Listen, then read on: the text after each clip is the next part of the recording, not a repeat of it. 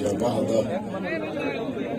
بعده وأصحابه ومن تبعهم أجمعين. أما بعد فأعوذ بالله من الشيطان الرجيم. بسم الله الرحمن الرحيم. محمد رسول الله سبحان الله والذين معه أشداء على الكفار رحماء بينهم. قال رسول الله صلى الله عليه وسلم أصحابي كالنجوم بأيهم اقتديتم اهتديتم، أو كما قال عليه الصلاة والسلام. صدق الله العظيم وصدق رسوله النبي الكريم، ونحن على ذلك لمن الشاهدين والشاكرين، والحمد لله رب العالمين. کوئی زبان خالی نہ رہے بآواز بلند درود پاک پڑھنے کی سعادت کے ساتھ. اللهم صل على محمد وعلى آل محمد كما صليت على إبراهيم وعلى آل إبراهيم إنك حميد مجيد. اللهم بارك على محمد وعلى آل محمد كما باركت على إبراهيم وعلى آل إبراهيم إنك حميد مجيد. آقا نہ ہوتے اجالا نہ ہوتا،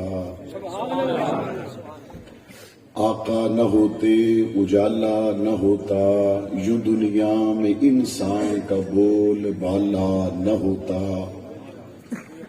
بعد الرسل دو جہاں میں یوں صدیق کا رتبہ اعلیٰ نہ ہوتا. دریائے نیل کو نہ ملتی روانی، دجلہ سے واپس پیالہ نہ ہوتا. اور جوتی کا عرشوں پہ جاتا نہ کھٹکا، جوتی کا عرشوں پہ جاتا نہ کھٹکا، جو ذیشان حبشے کا کالا نہ ہوتا. ظلمت نہ چھٹتی سویرا نہ ہوتا، ظلمت نہ چھٹتی سویرا نہ ہوتا، صدیقی اگر کملی والا نہ ہوتا. سامعین محترم، اللہ تعالی نے صحابہ اکرام کی جماعت کا انتخاب خود کیا، اور حضور علیہ السلام فرماتے ہیں کہ اللہ نے جب انسانوں کے دلوں پر نظر ڈالی تو صحابہ سے زیادہ چمکتے ہوئے دل اور کسی کے نہیں تھے.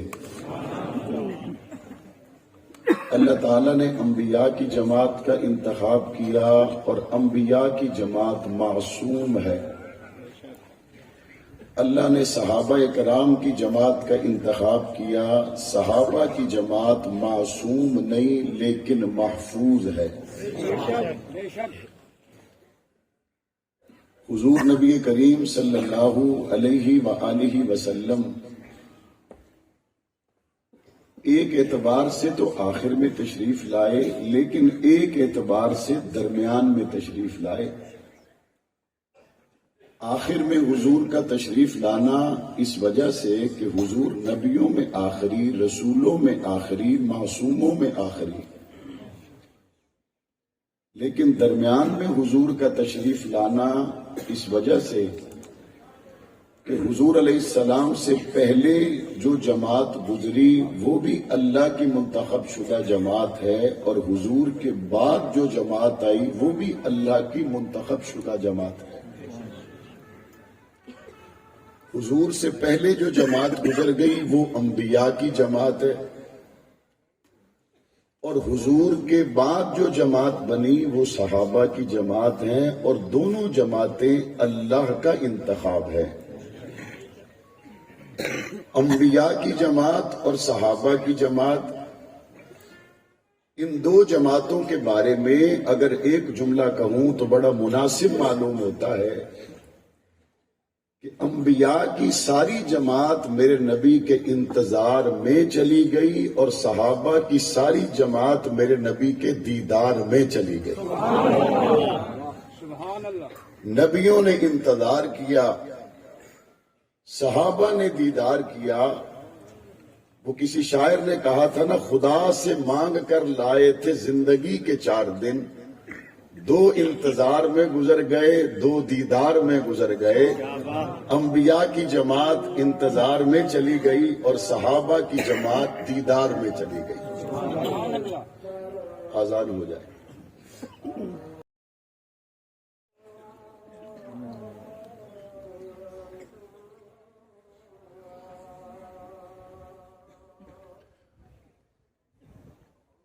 حضور علیہ السلام سے پہلے گزرنے والی جماعت کی تعداد اللہ نے 1,24,000 رکھی، اور حضور علیہ السلام کا دیدار کرنے والی جماعت کی تعداد بھی اللہ نے کم و بیش 1,24,000 ہی رکھی۔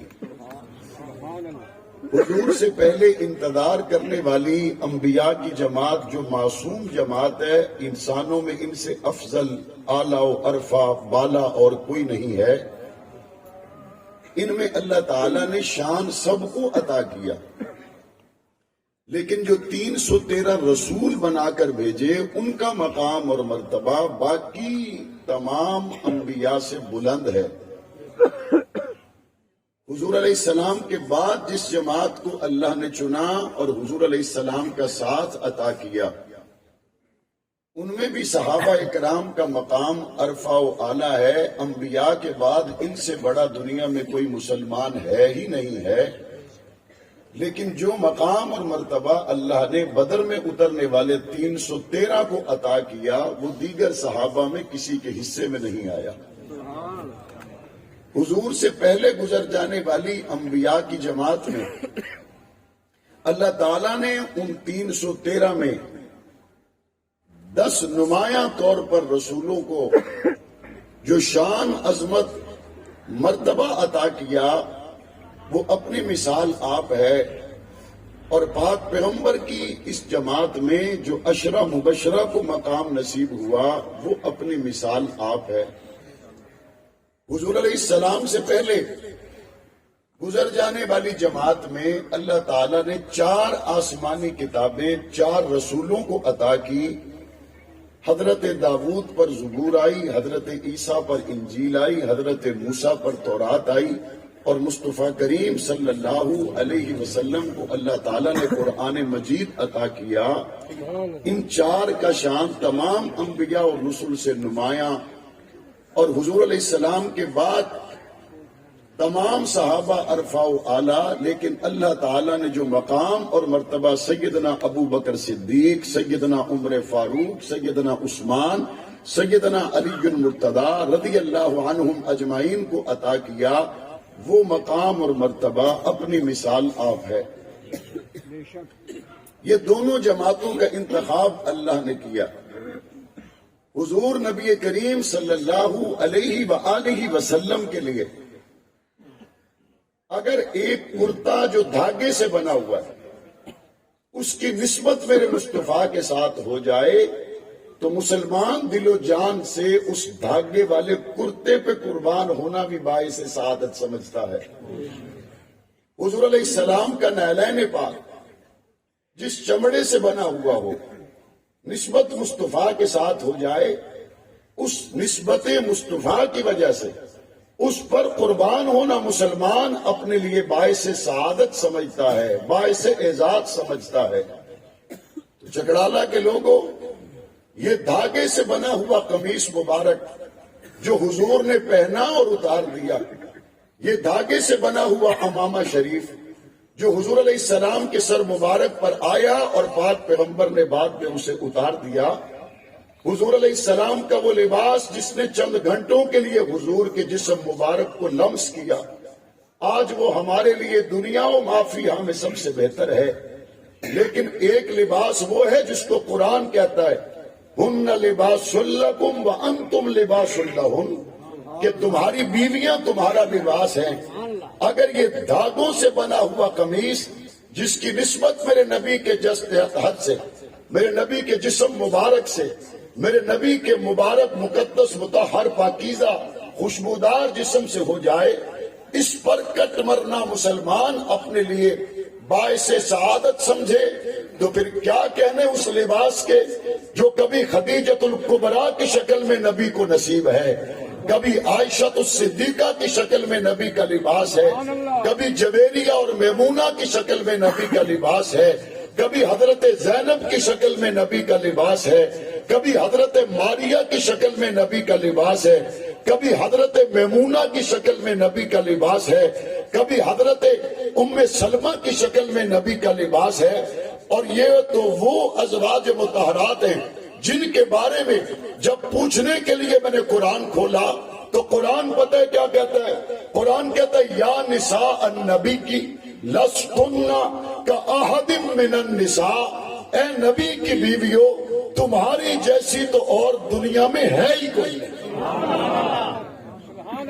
ہو کیسے سکتی ہے؟ چونکہ تمہارے نصیبے میں جو گھر والا آیا، جب اس جیسا دنیا میں اور کوئی نہیں تو پھر تمہاری جیسی بھی دنیا میں کوئی نہیں ہو سکتی.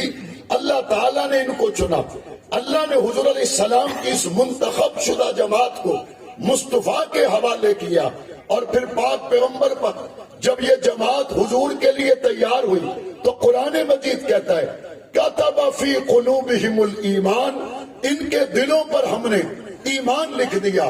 وَزَيَّنَهُ فِي قُلُوبِكُمْ، علامہ اعظم طارق شہید رحمت اللہ علیہ اس آیت مبارکہ کا ترجمہ یوں کرتے تھے، اللہ نے ایمان کا میک اپ کر کے، اللہ نے ایمان کو سجا کر، اللہ نے ایمان کو چمکا کر، اللہ نے ایمان کو زیور پہنا کے، اللہ نے ایمان کو بندے لگا کے، اللہ نے ایمان کو سونے کے گہنے پہنا کر، چمکا کر دمکا کر حبشے کے کالے بلال کے دل میں رکھ دیا.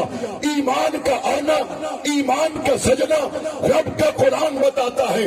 اور جب ایمان آیا پھر کیا ہوا وہ بھی اللہ کا قرآن بتاتا ہے. کر رہا الیکم الکفر والفسوق والعصیان، اللہ کہتا ہے قرآن آ گیا، نافرمانی دلوں سے نکل گئی، فسق دلوں سے نکل گیا، عصیان دلوں سے نکل گیا. اب ان کے دل میں اگر ہے تو صرف اور صرف ایمان ہے، سوائے ایمان کے محمد کے صحابہ کے دلوں میں اور شے ہے ہی کوئی.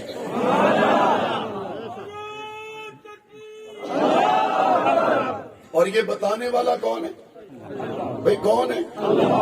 مقدر دی گل ہے کوئی بندے 1200 والے پنجاب بینک دے سٹام تے یقین کر دیں، اے مسلمان سٹام دی گل نہیں کردے، اللہ دے قرآن دی گل کردے. اللہ کا قرآن کہتا ہے ان کے دلوں میں ایمان سجا ہوا. اللہ کا قرآن کہتا ہے ان کے دلوں سے نافرمانی نکل گئی. اللہ کا قرآن کہتا ہے یہاں پہ ایمان ہی ایمان ہے اور ہے ہی کچھ نہیں. علامہ اعظم طارق شہید کا ایک اور جملہ چکرالا والوں آپ کی نظر فرمایا کرتے تھے، لوگوں صحابہ وہ جماعت ہے جن کا مدرسہ بیت اللہ، جن کا نصاب کتاب اللہ، استاد رسول اللہ، امتحان لینے والا خود اللہ اور نتیجہ رضی اللہ. اور جو مانے وہ رحمت اللہ، تو جو قرآن سے ہٹ جائے وہ لعنت اللہ. صحابہ وہ جماعت ہے جس کا انتخاب میرے رب نے کیا اور مصطفیٰ کے ساتھ نسبت عطا کر دی. یہاں پہ جب آپ قرآن کو بوسہ دیتے ہیں، کوئی کہتا ہے کوئی کس غلاف چمیں، یہ کوئی کھدر بوس کی کرنڈی نہ قیمتی کپڑا تا نہیں، یہ تو عام کپڑا ہے. 20 روپے میٹر نہ کپڑا، 15 روپے 10 روپے میٹر نہ کپڑا، اساں کیوں چمیں؟ چکڑا لینا مسلمان جواب دینا ہے وہ چلیا میں کپڑیاں نہیں چومیا، میں نسبت قرآن چومیا. آپ نے ریل کو سینے پہ رکھا، کوئی کہتا ہے ککر نہیں بنی ہوئی ہے، کوئی کہتا ہے ٹالی نہیں ہے، کوئی کہتا ہے سستی لکڑی کی ہے. وہ کہنے والا کہتا ہے اور تم نے اس کی لکڑی ہونے کو دیکھا، میرے سینے پر یہ کیکر کی وجہ سے نہیں، میرے سینے پر نسبت قرآن کی وجہ سے ہے۔ کپڑے کی بات نہیں ہوتی، لکڑی کی بات نہیں ہوتی۔ بالکل اسی طرح یہ تو بات ہو ہی نہیں رہی کہ سلمان فارس سے آیا تھا، یہ تو بات ہو ہی نہیں رہی بلال حبشے سے آیا تھا، یہ تو بات ہو ہی نہیں رہی شعیب روم سے آیا تھا۔ جب نسبت مصطفیٰ کی ہو گئی بات ہی ختم ہو گئی۔ اور جن کو نسبت مصطفیٰ کی ملی وہ کون ہے؟ بلند آواز سے۔ جن کا انتخاب اللہ نے کیا وہ کون ہے؟ جو مصطفیٰ کے قدموں میں آئے وہ کون ہے؟ جن کے تذکرے قرآن میں آئے وہ کون ہے؟ اللہ نے اس جماعت کو چنا اور چن کر میرے مصطفیٰ کے قدموں میں بٹھایا۔ پیپلز پارٹی والوں، تمہارا تذکرہ بے نظیر کتاب میں کرے تو تم اس کو فوٹو سٹیٹ کرا کے بیٹھک میں لگاؤ۔ پرویز مشرف کا چہیتا، مشرف نے اس کے بارے میں 2 جملے لکھ دیے تو سمری کرا کے بیٹھک میں لگائے۔ کوئی نواز شریف کا چہیتا، کوئی عمران خان کا پیروکار، 2 جملے لیڈر نے لکھ دیے، لوگاں فیس بک تے سٹیٹس تے ٹویٹر تے لا کے دسنے یہ مجھے ٹکٹ ملا، یہ مجھے تمغہ ملا، یہ میرے لیے میرے قائد کا اعتماد ہے۔ ان چھوٹی چھوٹی باتوں پر خوش ہونے والوں، تم نے میری بڑی بات کو سمجھنا آسان کر دیا۔ تمہاری بات تو تمہارا لیڈر اپنے خط میں کرتا ہے، ابو بکر صدیق کی بات رب اپنے قرآن میں کرتا ہے۔ کرتا ہے یا نہیں کرتا؟ الا تنصروه فقد نصره الله اذ اخرجه الذين كفروا ثاني اثنين اذ هما في الغار اذ يقول لصاحبه لا تحزن ان الله معنا۔ ابو بکر صدیق کی بیٹی کی بات آئے تو قرآن کی سورہ نور بول اٹھتی ہے۔ پاک پیغمبر کے یاروں کا تذکرہ اللہ کا قرآن کرتا ہے، اور صرف ایسے نہیں کرتا بلکہ قرآن کہتا ہے وَكُلًّا وَعَدَ اللَّهُ الْحُسْنَى، ہم نے سب سے جنت کا وعدہ کر لیا، دلوں کا امتحان لیا۔ اللہ آنے والے وقت کو جانتا ہے اور تو کوئی نہیں جانتا۔ اللہ کو پتا تھا وقت آئے گا جب لوگ کہیں گے محمد کے صحابہ اوپر سے ایمان لائے، اندر سے سچے نہیں تھے۔ اللہ قرآن میں کہتا ہے اولئک الذین امتحن اللہ قلوبہم للتقوی، ہم نے دلوں کا امتحان لیا۔ دل کن کے تھے؟ اور امتحان لینے والا کون ہے؟ کوئی چیز چھپ سکتی ہے؟ کوئی بوٹی لگ سکتی ہے؟ اللہ کہتا ہے میں نے دلوں کا امتحان لیا، اور دلوں میں کیا نکلا؟ تقوی، پرہیزگاری۔ ظاہری طور پر کیا ہے؟ قرآن کہتا ہے سیماہم فی وجوہہم من اثر السجود، ان کی پیشانیوں پر سجدوں کے نشان نظر آئیں گے۔ ذالک مثلہم فی التوراۃ ومثلہم فی الانجیل، یہ آج کی بات نہیں، محمد کے صحابہ کا تذکرہ ہم نے تورات میں بھی کیا، انجیل میں بھی کیا، اور ایسا کیا جب بیت المقدس کے باہر عمر بن خطاب پہنچا، وہ تلوار لے کر نہیں آئے، تورات لے کر آئے۔ ایک نظر تورات کو دیکھا، دوسری نظر عمر بن خطاب کو دیکھا، کافر پکار اٹھے جو ہزاروں سال سے عمر تورات میں تھا، آج وہی عمر بیت المقدس کے سامنے ہے۔ وہ تورات میں دیکھ دیکھ کر ابو بکر عمر کے قمیص کی ٹاکیاں گننے لگے، وہ تورات میں دیکھ کر عمر کا لباس دیکھنے لگے۔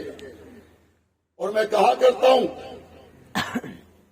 دنیا میں کوئی مسلمان پولیس افسر، دنیا میں کوئی مسلمان پولیس محکمے کا ادنے سے ادنا سپاہی عمر بن خطاب کے احسان سے نہیں نکل سکتا، کیونکہ اس محکمے کو بنانے والا کون ہے؟ بھائی کون ہے؟ کون ہے؟ ہمارے جنگ میں ایک پولیس کے بڑے افسر آئے، جب انہوں نے حضرت عمر فاروق کا نام دیکھا تو سلوٹ کیا۔ لوگوں نے پوچھا، کہا تمہیں پتا نہیں عمر نے بنیاد نہ ڈالی ہوتی تو آج ہماری یہ عزت نہ ہوتی۔ حضرت عمر کا حلیہ پڑھ کر کیا کہنے لگے؟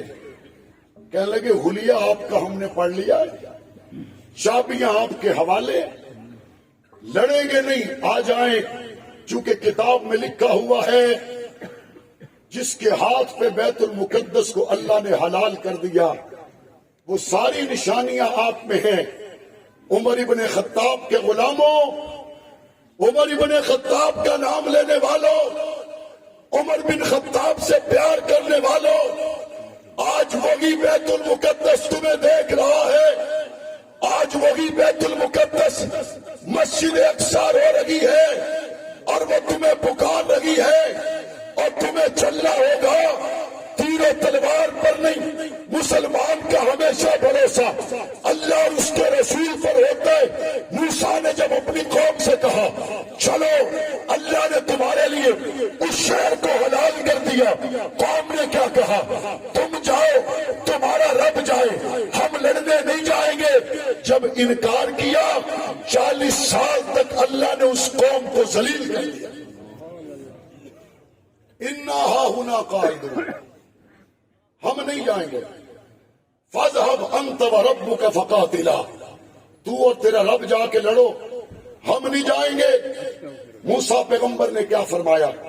فرمایا دروازوں تک چلے جاؤ، دروازوں تک چلے جاؤ، شہر کے دروازوں تک چلے جاؤ، اللہ تمہیں فتح دے دے گا۔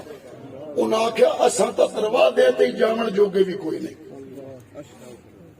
دروازے دیتے ہی جامن جوگے بھی۔ ایک گل ذہن چ رکھو، لسی گل کرن والے کدی مسلمان نہیں ہو سکتے۔ قرآن کی کوئی ایک آیت دکھاؤ جہاں اللہ کا قرآن کہتا ہو نیواں دا لینا ہے، نبی کا کوئی ایک فرمان بتاؤ جہاں پاک پیغمبر نے فرمایا دب کے رہنا ہے۔ قرآن تو یہ کہتا ہے وہ 7 تلواریں ہیں اور تعداد 313 ہے، بسم اللہ کرو رب تمہارے ساتھ ہے۔ قرآن تو یہ کہتا ہے اگر تم تعداد میں کم ہو اور تمہارے مقابل آنے والے زیادہ ہیں فتوکل علی اللہ، اللہ پر بھروسہ کرو۔ وَمَن يَتَوَكَّلْ عَلَى اللَّهِ فَهُوَ حَسْبُهُ، جو اللہ پر بھروسہ کرے اللہ اس کے لیے کافی ہو جاتا ہے۔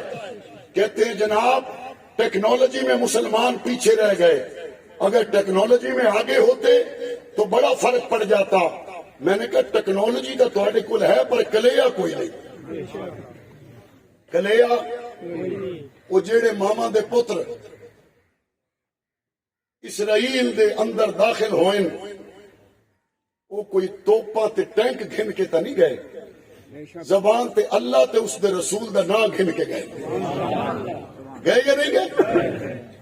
وہ دنیا کی بڑی طاقت، وہ اسرائیل جو اپنے آپ کو کہتا تھا میں ناقابل تسخیر ہوں، محمد کے غلاموں نے پانچ کر اس کی ناک کو کاٹ کر بتا دیا جب حضور کے امتی کسی کو گھور کر دیکھ لیں تو وہ ٹک نہیں سکتا۔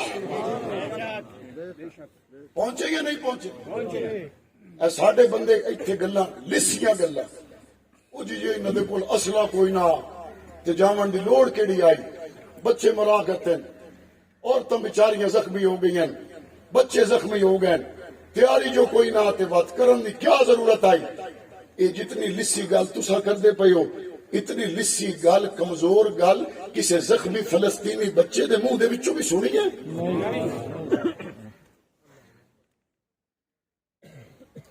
جب ایک زخمی ماں نے اپنے 7 سال کے 6-7 سال کے بچے سے کہا بیٹا بتاؤ اسلامی ملکوں میں ہماری مدد کے لیے کوئی نہیں آیا، اس بچے نے جواب دیا اور وہ ویڈیو موجود ہے، اس نے کہا اماں آج کے دن تو اگر جبرائیل بھی ہمارے پاس آ کر کہے گا کہ بتاؤ میں تمہاری کیا مدد کروں تو میں اس کو وہ جواب دوں گا جو ابراہیم پیغمبر نے دیا تھا، اور وہ جواب یہ ہوگا جبرائیل ہماری نظر تیرے پر نہیں ہے، ہماری نظر رب پر ہے۔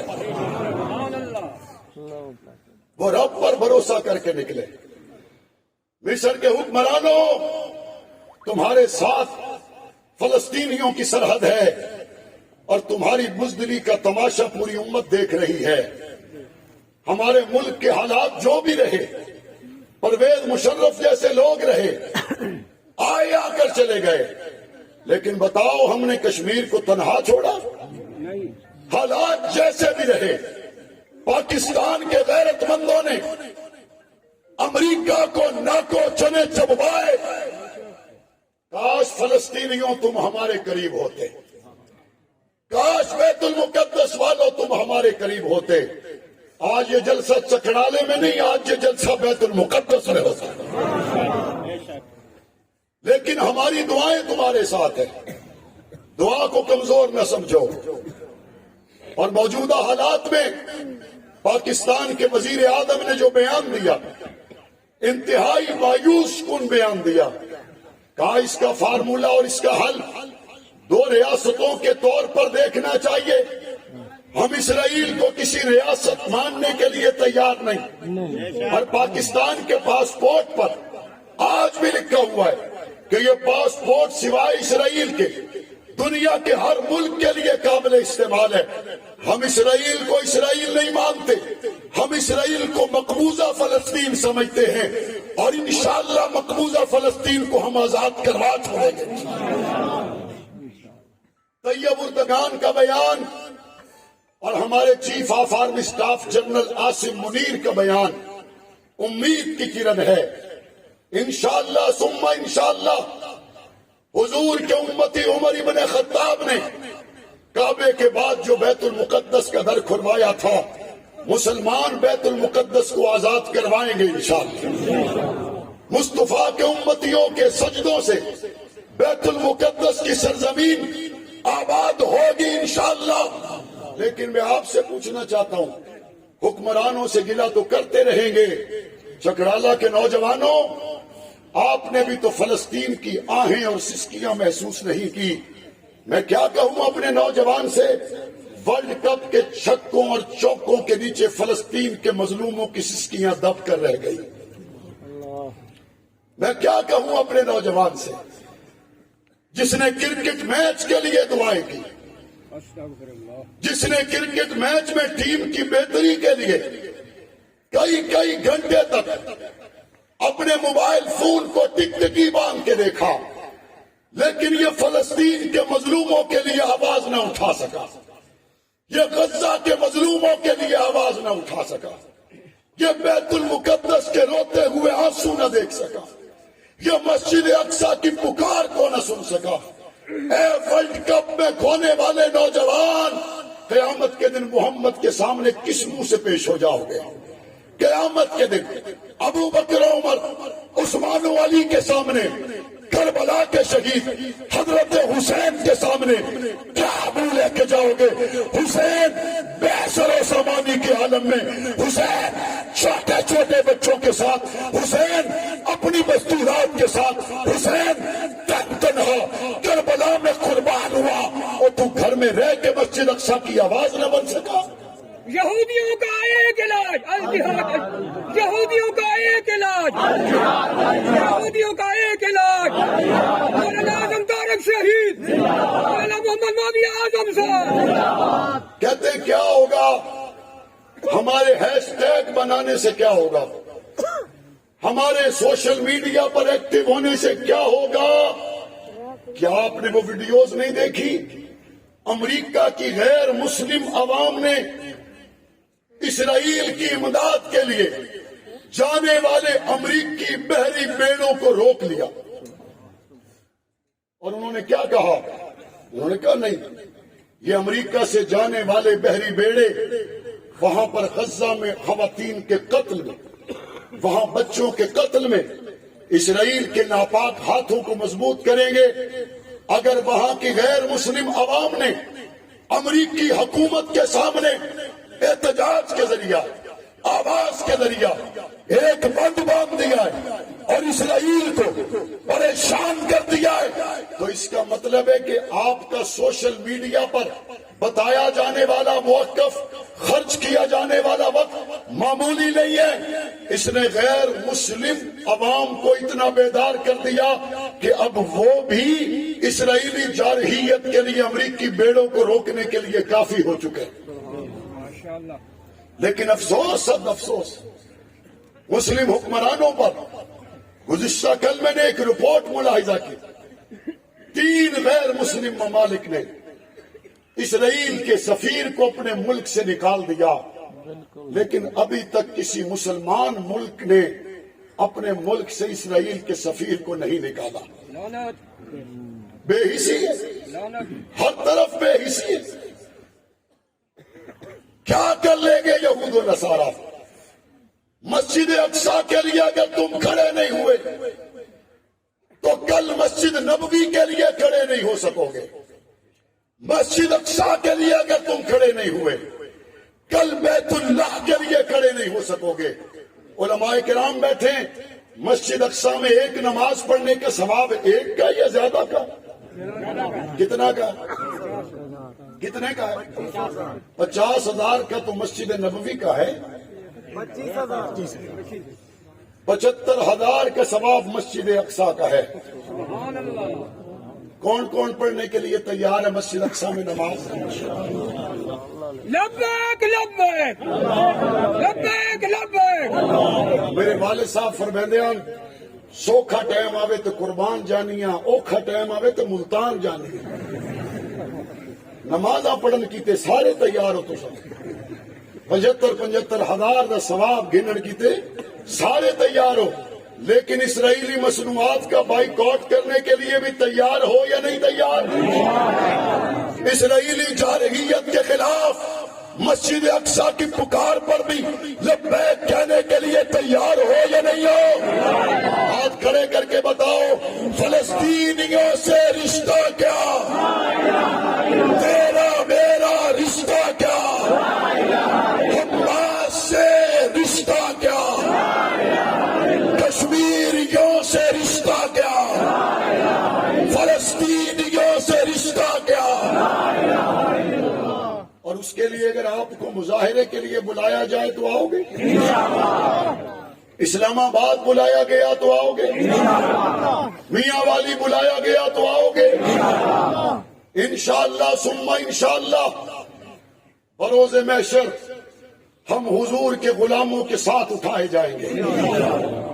آپ کہیں گے مولانا یہ بات عجیب ہو گئی، ہم ماس والے قربانیاں دے رہے ہیں اور آپ کہتے ہیں حضور کے ساتھ اٹھائے جائیں گے۔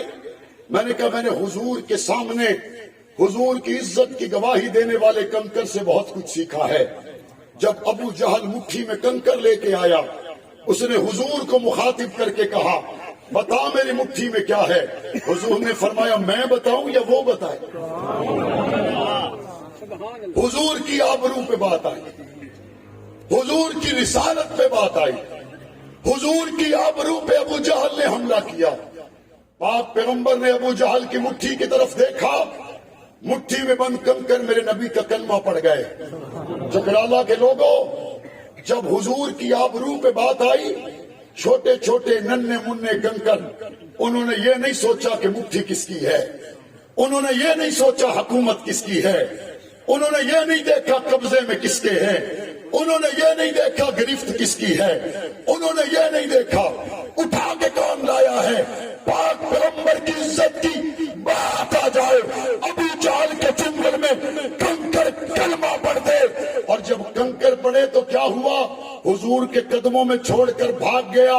حضور کا کلمہ نہیں پڑا تو قید تھے، جب کلمہ پڑا تو قدموں میں آ گیا۔ قدموں میں آئے یا نہیں آئے؟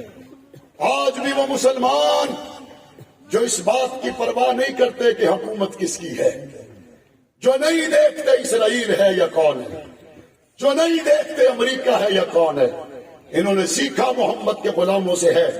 پکی ہوئی تیار فصلیں اور حضور نے صحابہ کو پکارا، چلو دنیا کی سپر طاقت روم سے لڑنے جانا ہے۔ کسی محمد کے صحابی نے پلٹ کر کھجوروں کے باغ کو دیکھا ہی کوئی۔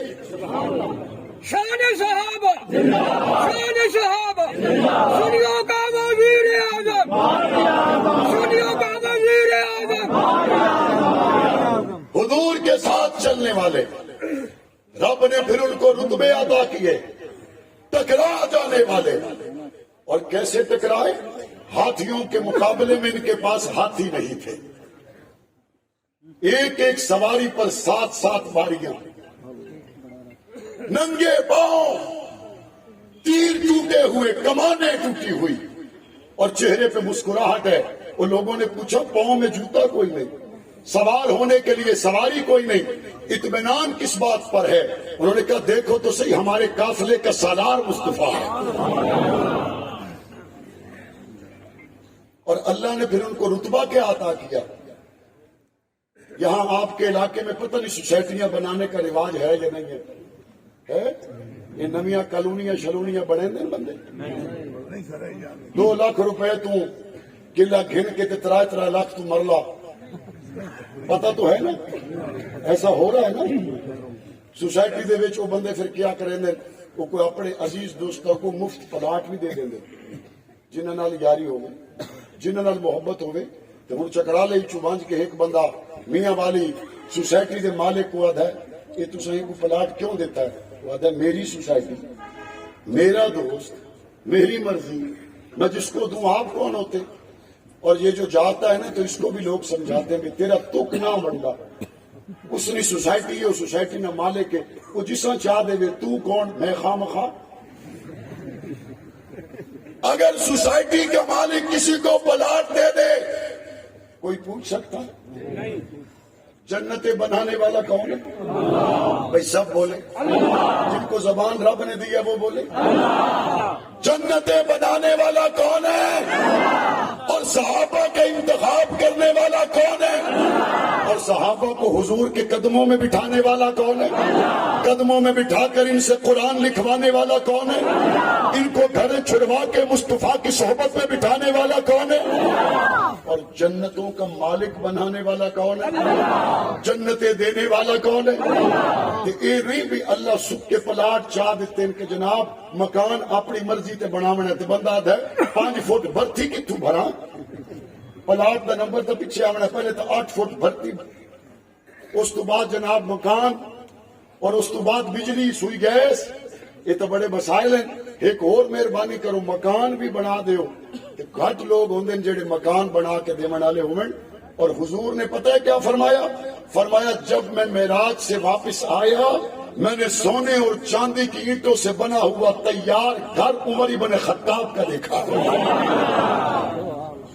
بھائی وہ گھر بنانے والا کون اور عمر کو دینے والا کون؟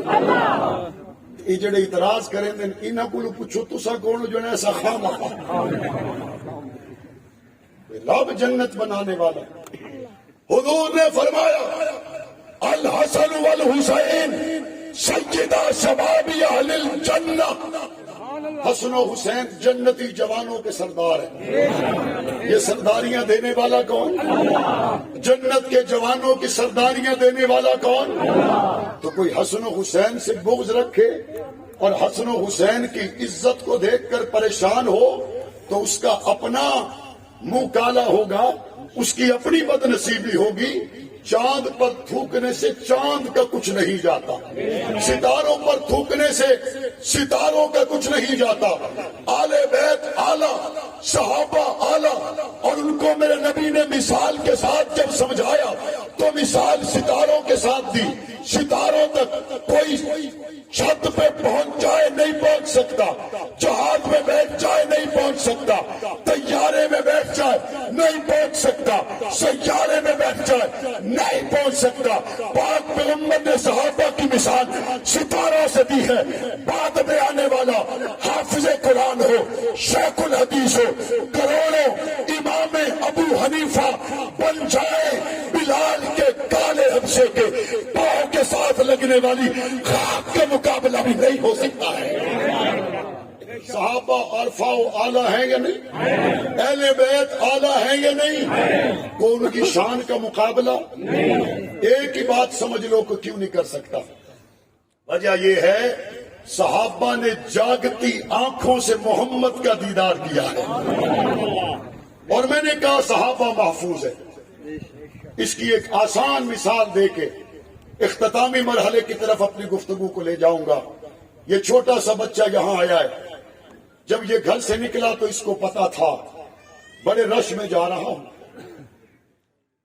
اس کی والدہ نے اس کو کہا ہوگا بیٹا وہاں رش زیادہ ہے تو کھو نہ جائے، لوگ زیادہ ہوں گے تو گم ہو جائے گا، دور سے جا رہا ہے۔ اب وہ ساری باتوں کے جواب میں ماں کو ایک جواب دیتا ہے، ماں مجھے اجازت دے میں ابا کی انگلی پکڑ کے جاؤں گا۔ اس نے کہا ٹھیک ہے اجازت ہے۔ اب اس نے ابا کی انگلی پکڑی، رکشے میں سوار ہوا، گاڑی میں سوار ہوا، چکرالا اڈے پہ اترا، جلسہ میں آ گیا۔ جب ایک دم جلسہ منتشر ہوا تو باپ کو پتا ہے اس کی گرفت کمزور ہے، گم نہ ہو جائے۔ باپ نے کہا اب رش زیادہ ہے، اس نے انگلی چھڑوا کر بچے کا ہاتھ پکڑ لیا۔ کیوں؟ اس نے کہا بچہ تیری گرفت کمزور ہے، تیرے باپ کی تو کمزور نہیں۔ یہ یہاں سے روانہ ہوا، شام کو گھر پہنچا، ماں نے پوچھا بیٹا گم نہیں ہوئے؟ کہتا ہوں نہیں ہوئے۔ باپ کی انگلی نہیں چھوٹی؟ کہتا میں نے پکڑ کے رکھی۔ اس نے کہا جب رش زیادہ تھا تو کیا ہوا؟ اس نے کہا اماں جس سے رش زیادہ ہے اب میں میرا ہاتھ پکڑ کے رش سے بچا کر، حادثات سے بچا کر، ٹریفک سے بچا کر مجھے گھر تک لے آیا۔ ماں کہتی ہے بات ختم ہو گئی، یہ جو تو پہنچا ہے حادثات سے محفوظ ہو کر، یہ تو پہنچا ہے مختلف رش اور بھیڑ کے ہجوم سے نکل کر، خیریت سے گھر آ کر۔ وجہ یہ ہے کبھی تو نے انگلی پکڑی ہوئی تھی اور کبھی باپ نے تیرا ہاتھ پکڑا ہوا تھا۔ چکرالا والوں پھر بتاؤ بچے کا ہاتھ باپ پکڑ لے وہ ہاتھ ساتھ سے محفوظ ہو جائے۔ صحابہ وہ جماعت ہے جن کا ہاتھ میرے مصطفیٰ کے ہاتھ میں ہے، صحابہ وہ جماعت ہے جن کا ہاتھ آقا نے تھاما ہے، صحابہ وہ جماعت ہے جن کو پاک پیغمبر نے اپنے ہاتھوں میں تھام لیا، پاک پیغمبر نے ان کی تربیت کر دی۔ حالات جہاں بھی ہو جائے مصطفیٰ کا صحابی دنیا کے حوادثات سے بھی محفوظ ہے اور آخرت کے حوادثات سے بھی محفوظ ہو چکا۔ ہم کیا چاہتے ہیں؟ ہم چاہتے ہیں پاکستان میں اہل بیت کے گستاخ کے لیے قانون ہونا چاہیے، ہونا چاہیے نہیں ہونا چاہیے؟ ہم چاہتے ہیں صحابہ کے گستاخ کے لیے پاکستان میں قانون ہونا چاہیے۔ علامہ اعظم طارق کا اسمبلی میں جانے کا یہی مقصد تھا، ان کو شہید کر دیا گیا۔ میں اسمبلی میں پہنچا، آپ اسمبلی کی میری ناموس رسالت، ناموس اہل بیت، ناموس صحابہ کے حوالہ سے جو کارکردگی تھی وہ سوشل میڈیا کے ذریعے سنتے رہتے ہوں گے، دیکھتے رہتے ہوں گے۔ الحمدللہ چلتے چلتے وہ وقت آیا جب قومی اسمبلی میں مولانا اعظم طارق کا بل جماعت اسلامی کے مولانا عبدالاکبر چترالی نے پیش بھی کیا اور وہ پاس بھی ہوا۔ پھر سینٹ میں مسلم لیگ نون کے مولانا عبدالکریم نے وہ بل پیش بھی کیا، پاس بھی ہوا، اور وہ بل یہ کہتا ہے اماں فاطمہ کے گستاخ کے لیے سزا 3 سال کی نہیں بلکہ گستاخ کے لیے سزا عمر قید کی ہونی چاہیے۔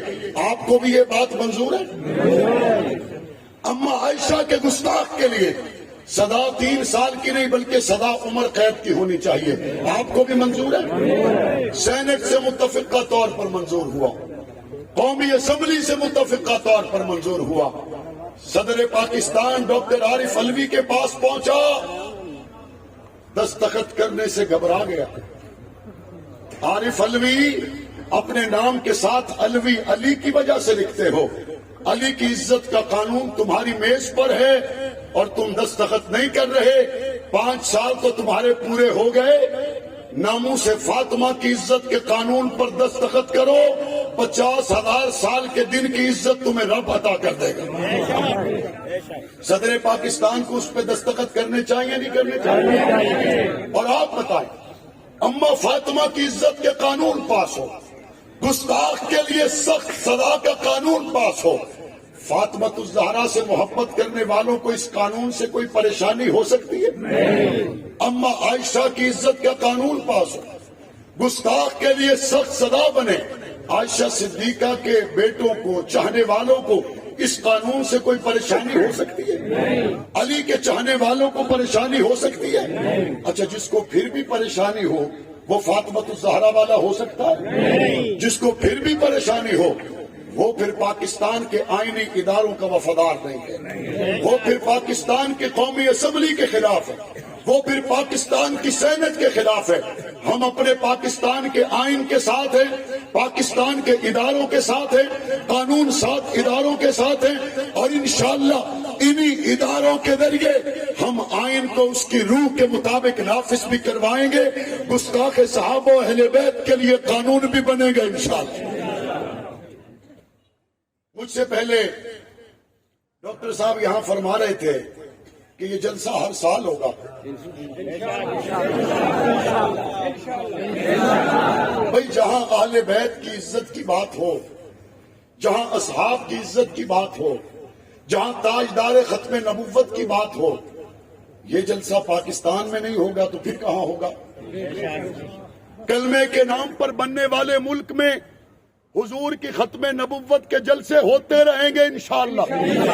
کلمے کے نام پر بننے والے ملک میں اہل بیت کی عزت کے جلسے ہوتے رہیں گے انشاءاللہ، اور آپ بھی اس کے لیے بیدار رہیں گے انشاءاللہ، آپ بھی اس میں شرکت کرتے رہیں گے انشاءاللہ۔ خدمی تیرے مشعل پر، خدمی تیرے مشعل پر، خدمی تیرے مشعل پر۔ اور میں آپ سے یہ بھی پوچھنا چاہتا ہوں، یہ جب کبھی حکمران کمزور بات کرتے ہیں، دین کے حوالے سے کمزوری دکھاتے ہیں، آپ خوش ہوتے ہیں یا پریشان ہوتے ہیں؟ تو اسمبلیوں میں جن نمائندوں کو آپ نے بھیجا، آپ کے بھیجے ہوئے نمائندے جب حضور کی آبرو پہ بات آئی تو بول رہے تھے یا خاموش تھے؟ بولو۔ بالخصوص صوبے کی اسمبلی میں خود تھا، اگر آپ کے علاقے کا کوئی نمائندہ وہاں بات کرتا رہا ہو تو مجھے ضرور اس کا نام بتائیں، میں آپ کو کلیئر کر دوں گا اس کا کردار کیا رہا۔ لیکن میں آپ سے پوچھنا چاہتا ہوں، اگر آپ نے اہل بیت پر، اصحاب پر، ڈاکٹر عافیہ کی رہائی کے لیے، امریکی جارحیت کے خلاف، کشمیریوں کے لیے، فلسطینیوں کے لیے اپنے نمائندے کو بولتے ہوئے نہیں سنا تو آئندہ بھی وہی گونگے اسمبلی میں جائیں گے یا بولنے والے جائیں گے؟ جو ابھی بھی خاموش ہے شاید یہ چاہتے ہیں چوپ بندے ہی ٹھیک ہے، بولنے والے جائیں یا گونگے جائیں؟ کوئی سب کا ارادہ ہے تو سب بتائیں، بولنے والے جائیں یا گونگے جائیں؟ ڈاکٹر عافیہ کے لیے جو بول سکتے ہیں ان کو اسمبلیوں میں جانا چاہیے نہیں جانا چاہیے؟ فلسطین کے لیے جو بات کریں ان کو اسمبلیوں میں جانا چاہیے نہیں جانا چاہیے؟ ساتھ دو گے؟ الیکشن کے دن بھی ساتھ دو گے؟ سپورٹ کرو گے؟ بات تو صاحب کہتے ہیں بندہ تھا ٹھیک ہے پر بیچارہ خرچے لو ڈھلا، خرچہ کرنا پڑا تو وہ بھی کرو گے، ووٹ بھی ہوگی، سپورٹ بھی ہوں گے، تو پھر آخر میں میرے ساتھ دہراؤ، ہمارا جو بنیادی رشتہ ہے اس کا تذکرہ تازہ ہو جائے۔ محمد کے غلام کون ہیں؟ ہاتھ کھڑے کر کے بتاؤ کون ہے؟ محمد کے غلام کون ہیں؟ امت کے امام کون ہیں؟ قرآن لکھنے والے کون ہیں؟ نبی سے دین لینے والے کون ہیں؟ لیکن ہمیں پہنچانے والے کون ہیں؟ ہماری جند کون ہے؟ ہماری جان کون ہے؟ ہمارا آج کون ہے؟ ہمارا کل کون ہے؟ صحابہ صحابہ صحابہ صحابہ